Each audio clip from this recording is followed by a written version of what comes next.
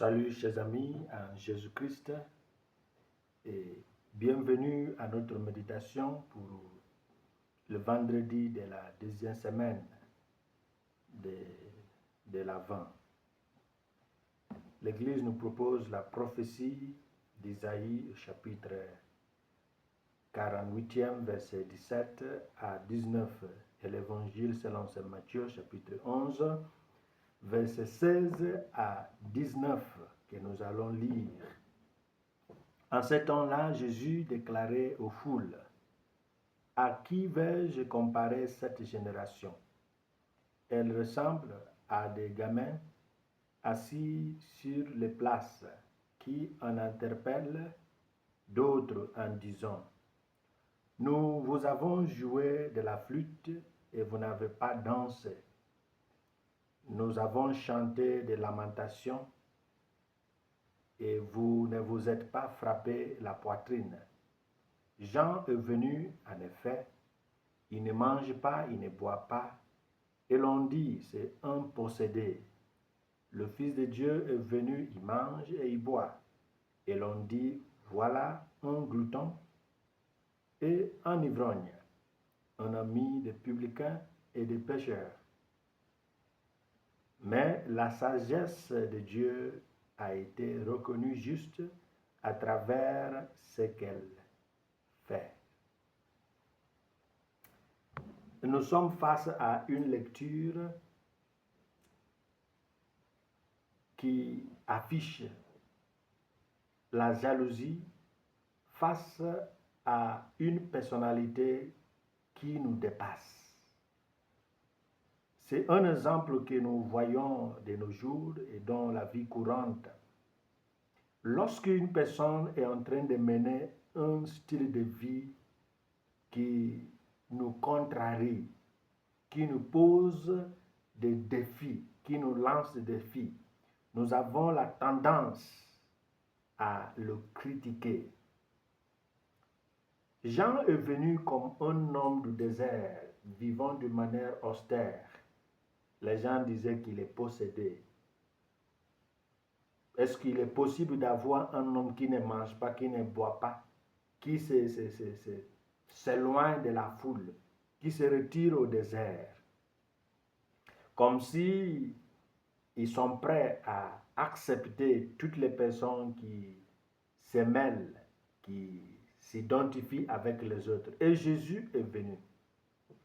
Il mangeait, il buvait, il communiquait avec les gens. On dit qu'il est un ami des pécheurs des publicains.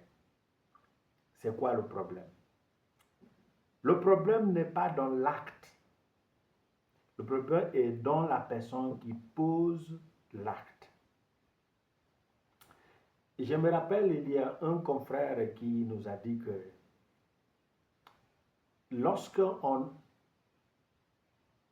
déteste quelqu'un, on peut l'accuser d'avoir soulevé la poussière même pendant la pluie.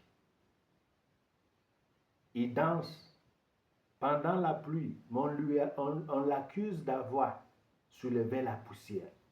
C'est exactement la situation que nous avons devant nous dans cette lecture. Regardons autour de nous. Il faut comprendre qu'il y aura quelqu'un qui me dépassera dans tout le domaine de la vie. Il y aura quelqu'un qui posera un acte qui dépasse ce que je pose.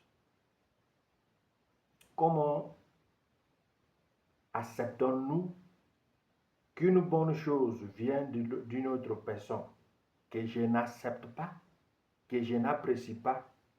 Pourquoi pas apprécier la bonne chose qu'il a faite, même si je n'apprécie pas sa personne? On ne peut pas attendre la parousie en menant une vie de jalousie. Une vie de jalousie, c'est une destruction et un manque de la connaissance que Dieu ne nous a pas privés de ses dons. Chaque être humain En particulier, chaque chrétien a reçu quelque chose de spécial venant de Dieu. Alors, il est inutile d'être jaloux envers les autres pour ce qu'ils possèdent. Il peut arriver que je désire une bonne chose, de bonnes qualités chez mon voisin, mais ce désir ne doit pas être la jalousie. Ce désir me pousse à prier pour que j'ai ce qu'il est, à m'approcher de lui ou d'elle pour qu'elle m'apprenne comment y arriver. Jésus a ce que le monde cherche, mais parce qu'il vient de telle et telle famille, on n'acceptera pas ce qu'il nous propose. Jean a ce que le monde a, mais parce qu'il vient dans notre groupe, les scribes et les pharisiens n'acceptent pas, parce qu'ils viennent, ils le dépassent. Vous resterez dans une crise éternelle si vous mettez sur votre tête et dans votre tête que vous serez la personne la plus célébrée jusqu'à la mort. C'est impossible. Donc, dès que vous commencez à comprendre qu'on peut célébrer une autre personne tant que je vis, la vie commence à être simple pour toi. Notre génération est une génération qui refuse d'apprécier une bonne chose parce que ça ne vient pas de moi. Regardez autour de vous, au lieu de travail, à l'école, même en famille, dans un groupe de prière, comment vous appréciez celui qui est doué, celui qui est rempli de charisme. Lorsqu'il fait ce que tu ne fais pas, lorsqu'il chante la manière dont tu ne peux pas chanter, lorsqu'il prie de la manière dont tu ne peux pas prier, comment apprécies-tu ce don de Dieu en lui ou en elle?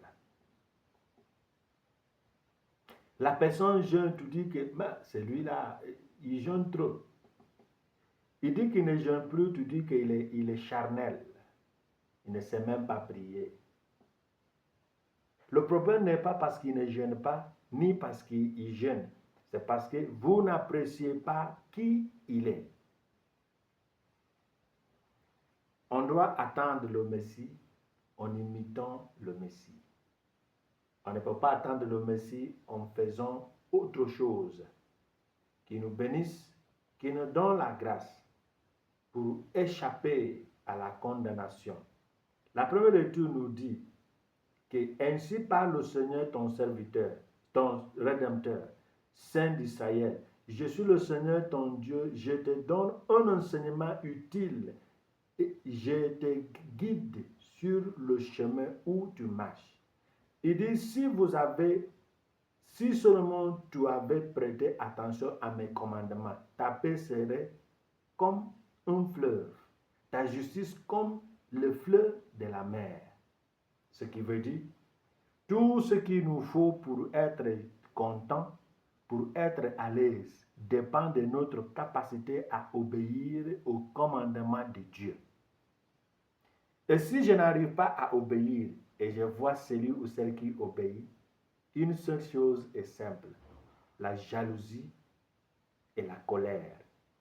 Que Dieu nous épargne de cette maladie et qu'il nous bénisse le Père, le Fils et le Saint-Esprit. Amen.